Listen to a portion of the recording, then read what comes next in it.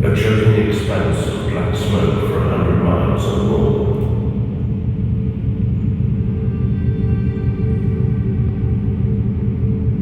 No sun. No light. As dark as the blackest night. 788 oil wells destroyed.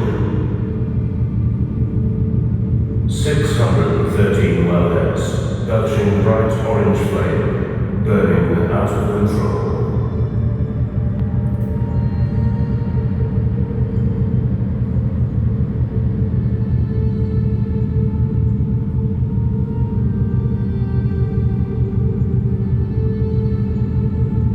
Millions of barrels of oil gushing from the ground every single day. Enough to keep the fires of hell raging for another 50 years. Of the Kuwaiti wild well killers. It was pitch dark, and the more I drove into the field, the darker it got. I had never thought of this kind of darkness because made the air completely transparent. This was Kuwait in 1991, victim of the worst act of environmental destruction in human history.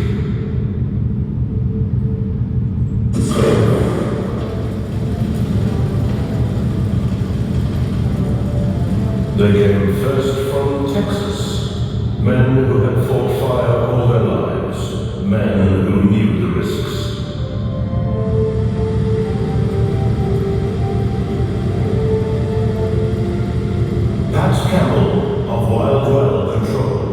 Even all of us that have worked on well furnace and blowouts our whole life, no one ever saw hundreds of wells burning at the same time.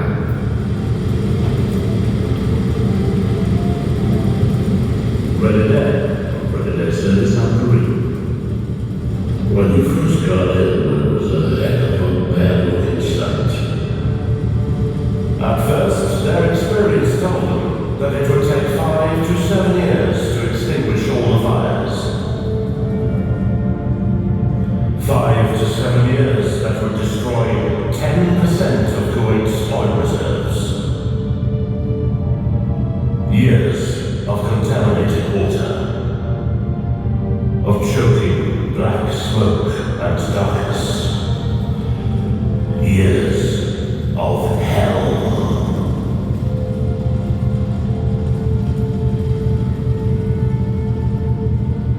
Abdul Rahman Al-Awali, Kuwaiti Minister of State for Cabinet Affairs.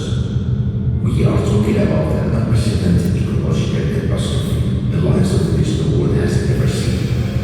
We need the help of the whole world to cope with this. And the world responded with the largest non-military mobilization in history.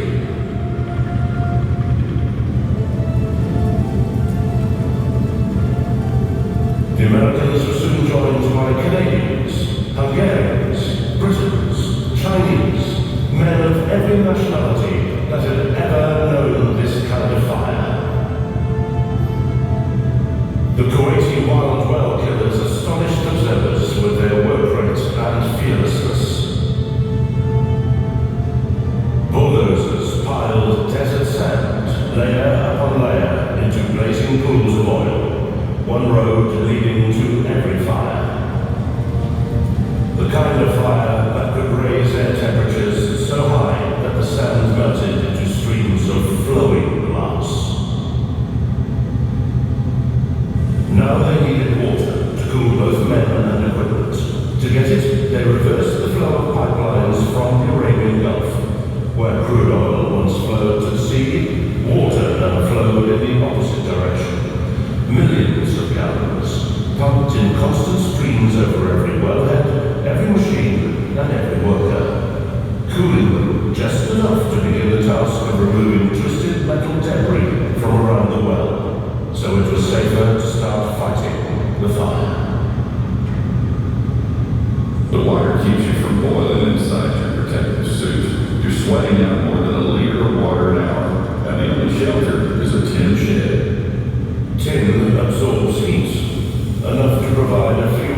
relief. That was enough to keep the fuel tanks on the bulldozers from exploding. There are many ways to kill an oil fire, and every fire is different.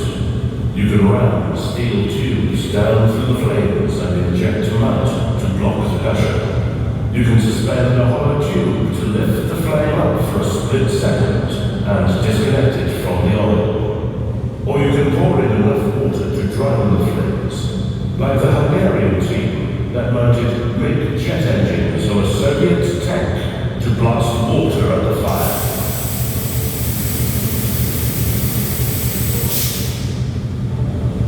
But the most effective technique of all was pioneered in the Texan oil fields. It works on the simple principle that fire needs oxygen to burn. The one sure way to remove the oxygen, if only for a split second, is with an explosive charge.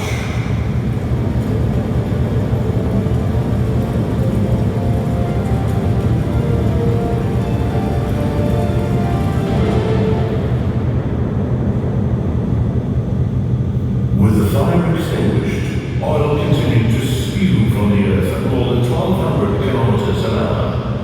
This was when the danger was at its greatest. A single spark could reignite the inferno. Coach Matthews of Boots and Coots. Most people don't understand. Getting rid of the fires is the easiest thing. You've got to cap the wells because they're still boiling, and that's where the work comes in. Jet cutters blasted high-pressure water and abrasive sand to saw through broken bolts and twisted pipes. New wellheads were cautiously maneuvered over the pipeheads and clamped into place. And the wells never stopped spewing crude till the final bolts went home and the valves were closed.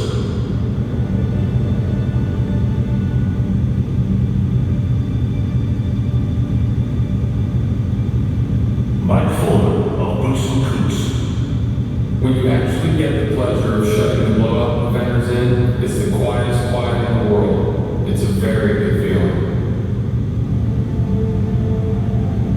613 burning wells, extinguished not in 7 years, not in 5, but in just 9 months.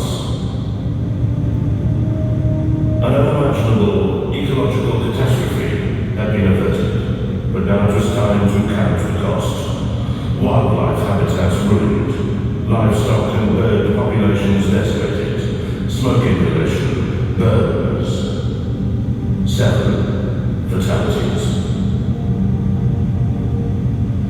But the end could have been much worse without the courage of those who rose to meet the challenge. The men and women from Kuwait and around the world who risked everything to put out the fires of hell. The heroes of fire.